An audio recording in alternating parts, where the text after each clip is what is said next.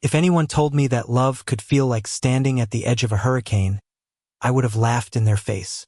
Yet here I was, drenched in rain that tasted like salt and iron, staring into his eyes as if I had just walked into my own ruin.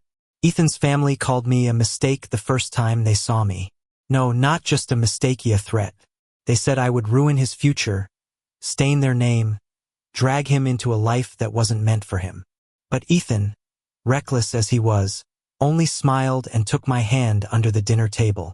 That night, the storm outside rattled the windows, and the storm inside me tore my chest open. We met in the most ordinary way, which almost feels like an insult to the chaos that came after. I was working double shifts at a diner on the edge of town, saving for a life I wasn't sure I'd ever get. Ethan was the type of boy who didn't belong in that dusty place, clean white button-up shirt, car keys dangling from his fingers like the world already belonged to him.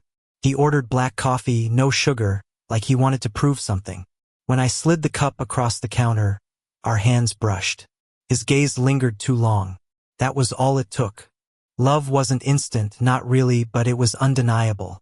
He kept showing up, sometimes at the diner, sometimes outside when I was walking home. He wasn't smooth about it. His questions were awkward, his laughter too loud, his eyes a little too desperate, like he was searching for something he didn't even understand. And against my better judgment, I let him in. But small towns have long memories and sharp tongues. It wasn't just about us being two men, it was about him being him. Ethan belonged to the Whitmore family, the wealthiest in 3 counties. I was nobody, the son of a mechanic who drank too much and left too soon. To them, I was dirt clinging to their white carpets, something to be scrubbed out before it left a stain.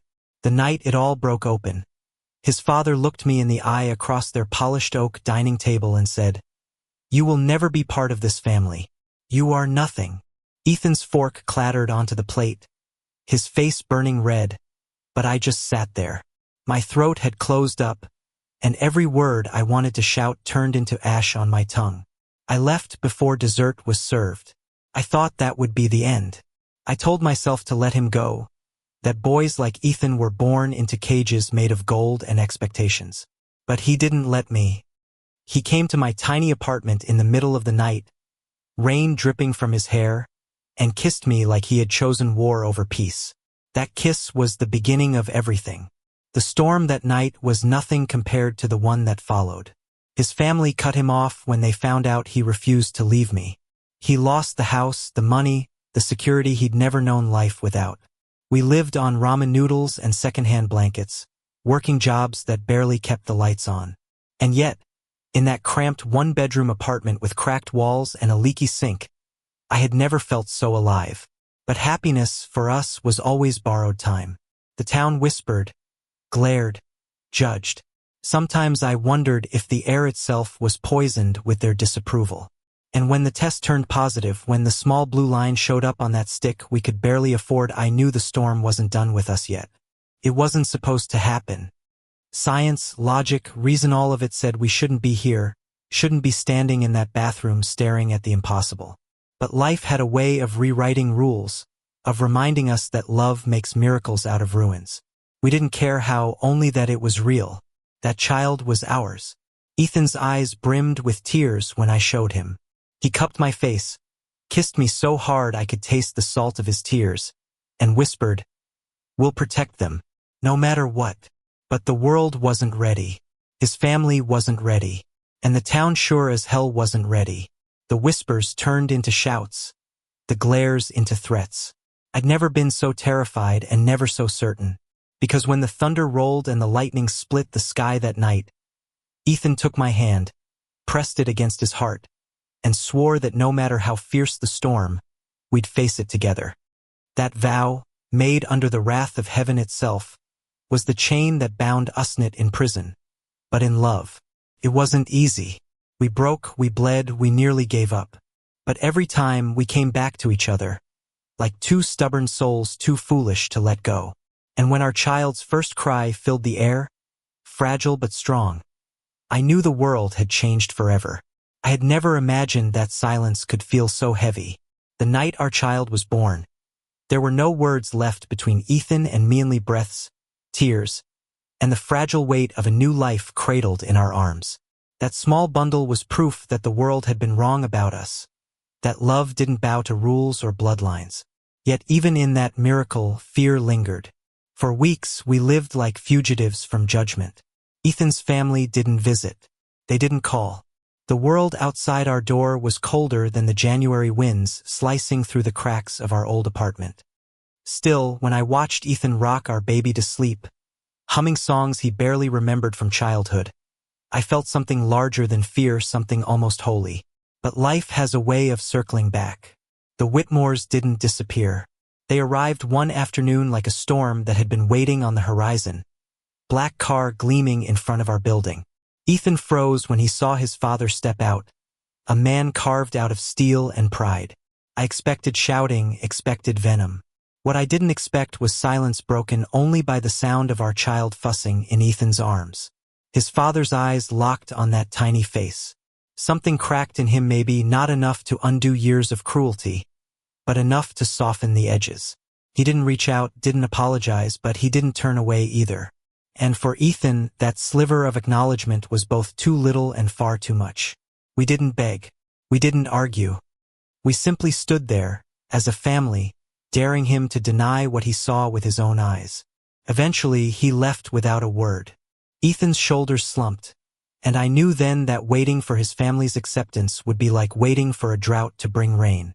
We couldn't live our lives hoping for permission that would never come. So we built our own. The years that followed were stitched together with equal parts struggle and joy. We moved to a quieter town, where no one knew the Whitmore name, where neighbors waved without suspicion. I found work at a repair shop, grease staining my hands but pride burning in my chest. Ethan became a teacher, his patience and warmth spilling over into every classroom he entered. And our child, our miracle, grew surrounded by laughter, scraped knees, and bedtime stories told in voices too choked with love to finish half the time. There were nights I'd wake to storms rattling the windows, thunder shaking the walls. Ethan would reach for me in the dark, our child safe between us, and I'd remember that vow made years ago beneath another storm. Back then, the world had tried to tear us apart. Now, the world could rage all it wanted, and we would stand. Of course, the past never disappeared completely. Sometimes letters arrived, sharp words from Ethan's mother, cold invitations to events where we were not welcome. Other times, nothing at all. The absence was its own kind of cruelty. But we learned that family isn't defined by the blood that flows in your veins, it's defined by the love you choose every day, by the hands you hold when the sky threatens to break. Our child grew with that truth carved into their heart. On the morning of their 5th birthday, they climbed into bed between us, tiny arms wrapping around our necks, and whispered, "I'm glad you're my dads." Ethan wept then, openly, shamelessly.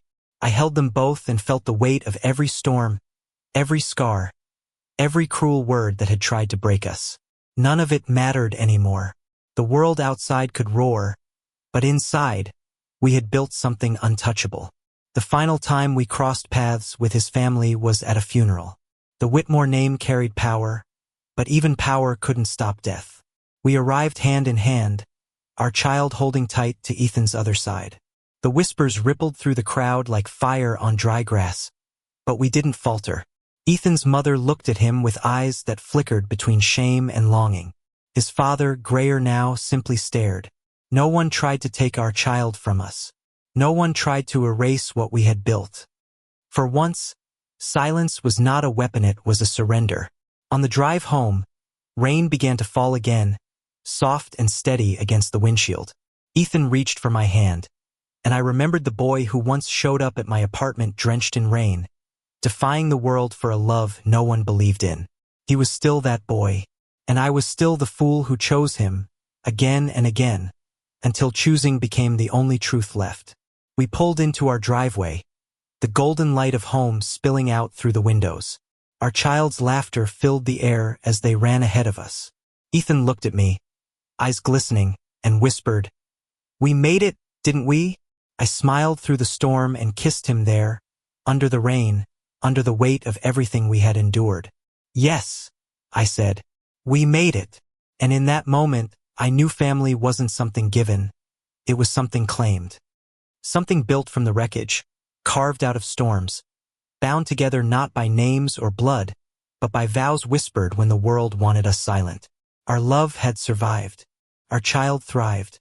And though the storm had once tried to tear us apart, it was also the place where we had found eternity.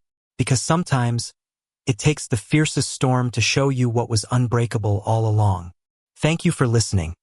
Don't forget to like and subscribe to stay updated with the latest videos.